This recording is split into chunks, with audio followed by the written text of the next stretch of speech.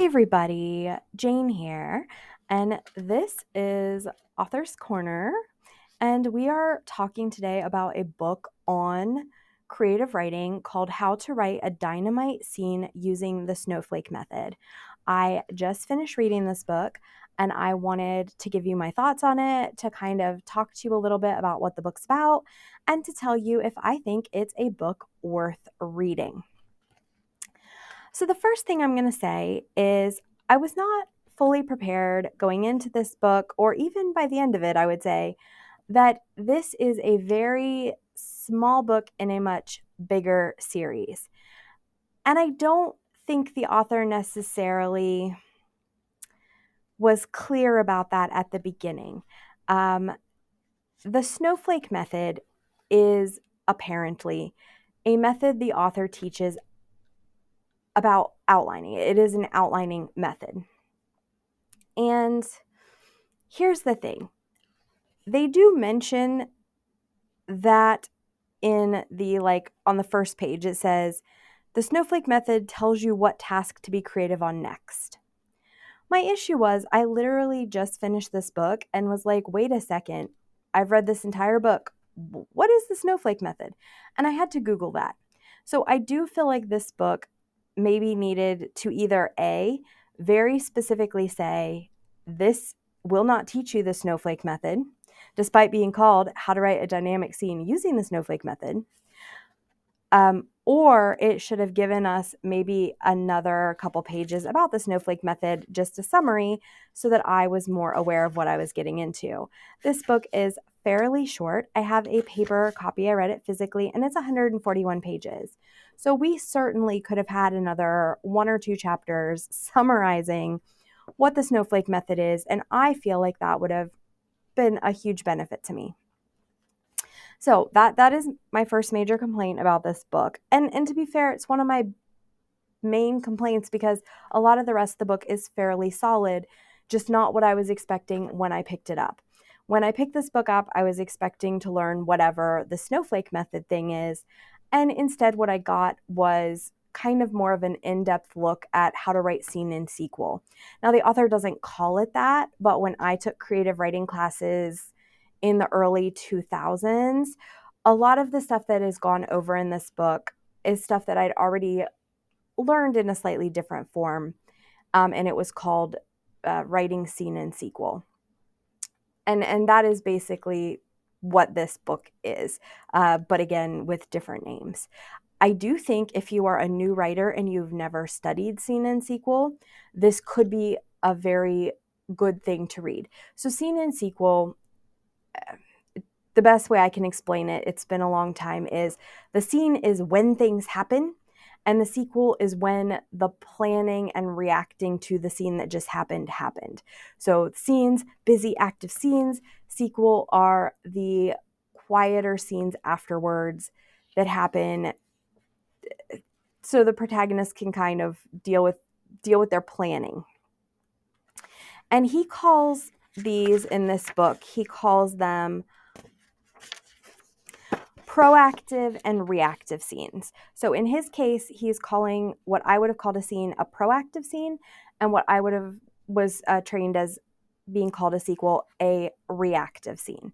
So you have the scenes where the character is actively doing something, that is the proactive scene, and where the character is making decisions, the reactive scene. So he does have different names than I was used to in my creative writing classes, but it seems like it's stemming from the same thing. And it is a very good thing to learn as a writer. I think there's a lot of valuable stuff in here about how to set up those two different kinds of scenes and what makes them work or what makes them not. I also love some of the things that the author has to say. This book has some excellent quotes. I did have my highlighter out and was highlighting my book all along the way. A couple things that I wanted to point out that were good is he says, if you can write one powerful scene, you can write 100, and that's a novel. And I thought that was a really nice way to break it down and I assume that is part of what the snowflake method involves, is breaking things down into much smaller scenes and then turning those smaller scenes into a novel. That's not personally how I write, and I am an outliner, but I can see that would be potentially very useful for some writers. So I think if you are newer to outlining or want a different outlining method, learning the Snowflake method might really work for you. I really like the outlining method I use, so I'm not sure that I'm going to be super incorporating a lot of the things that are talked about, but it's still always good to learn. Some other things that the author talks about that I absolutely loved is the point of story. He gives this example of a boy being told a story about a lion hunt to prepare him to hunt lions, or to at least not be killed if a lion attacks him. And the quote is, and I guess it's a tiger, not a lion, I stand corrected. The quote is, "You were prepared for the real life hunt by the 1,000 times you heard the tale of the tiger." And that is kind of like him explaining why humans love story and what we want from story. We want to see people living these lives and use that to create our own ideas about what we would do in situations, about morality, etc. And I think that's very interesting because when I did some studies into why humans love the horror genre, it basically was people like to be afraid because it helps them process fear and make them think about what they would do and give them survival techniques. I'm not sure how much we actually learn from horror, but I think it's a fascinating example of why we love story. Here's another quote that I loved. "Our ancestors told stories about the things they feared most. Why? Because story changes you. Story makes you strong. Story makes you brave. Story gives you hope. Story keeps you alive through the darkest night." So I absolutely love a lot of the introduction of this book about why we tell stories and what we want the stories to be. The author then, like I said, gets very detailed into proactive scenes and reactive scenes and what each of those should contain. This author also gives really good examples, and I have to give the author props for this, they give examples from big media that I have heard of. So in a lot of creative writing books I've read, the author gives examples from their own books, which is absolutely amazing and great if you've read their books, and less so if you haven't. This author actually breaks down The Hunger Games, Outlander, and The Godfather, and is walking you through examples of the things he's explaining in the scenes, using breaking down scenes from these books and movies. I have read and watched Hunger Games. I have read a good bit of Outlander. I didn't finish that one. And I've seen a couple episodes of the show. I've never seen or read The Godfather. However, like after his breakdown, I would definitely be more open to doing that. So I thought that this book overall has a lot of value, especially for kind of authors that are in the early part of their writing journey and are trying to figure out how to make scenes really work. What you need in a scene, particularly, he talks about each scene should be a miniature story, and I thought that was interesting and made a lot of sense. And how each scene, like the characters should be trying to solve a problem, or if it's a reactive scene, they should be planning the next way to solve their problem. I don't know that this super works in the genres that I write. Romance doesn't follow all of the same beats that other genres do. So in a romance, you can have a scene that is the characters going out on a date and getting to know each other. And then another scene where they're going out on a date and getting to know each other, because the story in a romance is about characters falling in love. And this book is definitely more set up for very, I would say, more actively plot-based stories, focusing on each scene has to be, we are overcoming a conflict and we either succeed or we don't type thing. So I do think how much this book will benefit you will seriously depend on the genre you're writing. I do think it is worth it, though, like I said, if you are not super familiar with scene and sequel, to give it a try just to get a better understanding of what those different scenes do. And obviously, to make sure that your scenes are doing something, that they are in some way moving the story forward.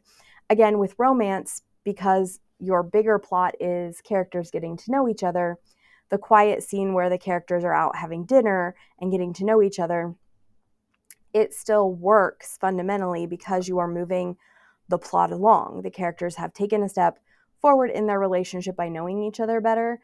It's just, I don't think this translates super well to romance, although again, I can kind of see how you could make it work if you tweaked it a little bit. I ended up giving this book a 4-star because I do think the information is valuable. I really liked a lot of the quotes about story in the beginning. I loved the way the author broke down things that I am familiar with to explain their examples they were trying to give. That was very, very useful to me. And this book is very readable. I read it in just a couple days, and I could have read it probably in one sitting if I'd have really wanted to. I do think it's a little bit more, I don't want to say basic, because I can see where this would be considered like early advanced. And as somebody who's been writing and publishing for I've been writing all my life, so almost probably 35 years. I'm 41 now, but I started writing stories in second grade. So, but I've been writing for 30 plus years and taken a lot of creative writing classes and read a lot of creative writing books. There's nothing in this that knocked my socks off or was like crazy new information to me. But also, like, if this is the very beginning of your writing journey, you'll probably find this information a lot more valuable than I personally did, just because, again, I've been doing this for a hot minute.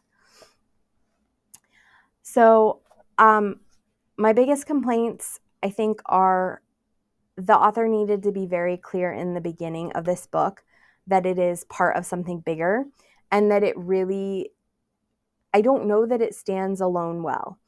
I would have, as I said earlier, liked to see what is the Snowflake method, even just a little summary of it, so that I better understood what the author was doing, especially because it is how to write a dynamic scene using the Snowflake method. And yet I ended the book and had to go Google what the Snowflake method is because I didn't feel like I really understood it, and maybe still don't, because I just did a basic like Google of what is this. But aside from it not for me being specific to this method this author uses, I did think the information in general was fairly solid. You do also have a chapter on POV, which again, as a fairly seasoned author, I don't necessarily feel like I super benefit from, but I can see where a newer author would really benefit from a lot of the stuff in this book. So yeah, I think this book is worth picking up. I'm not sad that I read it.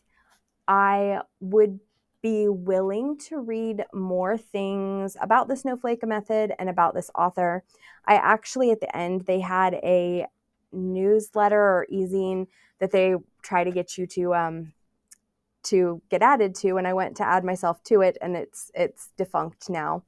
So this book is maybe a little older than I thought it was. I'm not sure when I got it or how I got it, for that matter. But yeah, I guess he stopped sending out his newsletter or e-zine in 2022, if I'm understanding the website properly. So that was a little bit annoying. I did literally go to try to get more information thinking, okay, well, I always like having extra writing resources, and to find that they were no longer processing those sources was a little bit sad, but it is what it is. But yeah, I think this is an interesting book for earlier writers. I think if you've written 5 or more novels, this will probably be a lot less use to you. But if you're writing your first, somewhere between 3 and 5 and still really honing your craft, this could be a very beneficial book to read. And I don't think I will pick up more in the Snowflake series just because I already really like the outlining that I do. But if you are looking for a new outlining method, it might be worth trying for you. I wouldn't necessarily steer you away from this or any book in the series. And like if a friend had a book in the series, I would borrow it. I don't think I'd want to buy this book or buy more books in the series personally, just because I'm not sure that it will meet my needs where I am currently as a writer.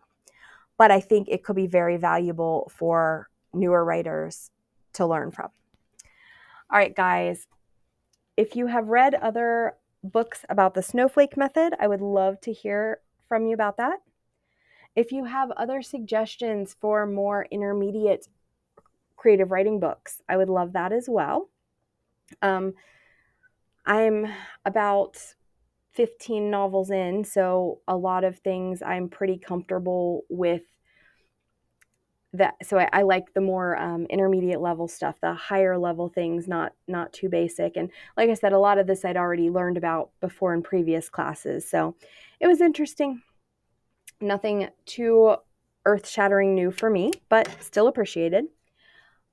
Yeah, this has been Jane, and I will see you next time. Bye. Pictures and patterns put into words that stream across the page.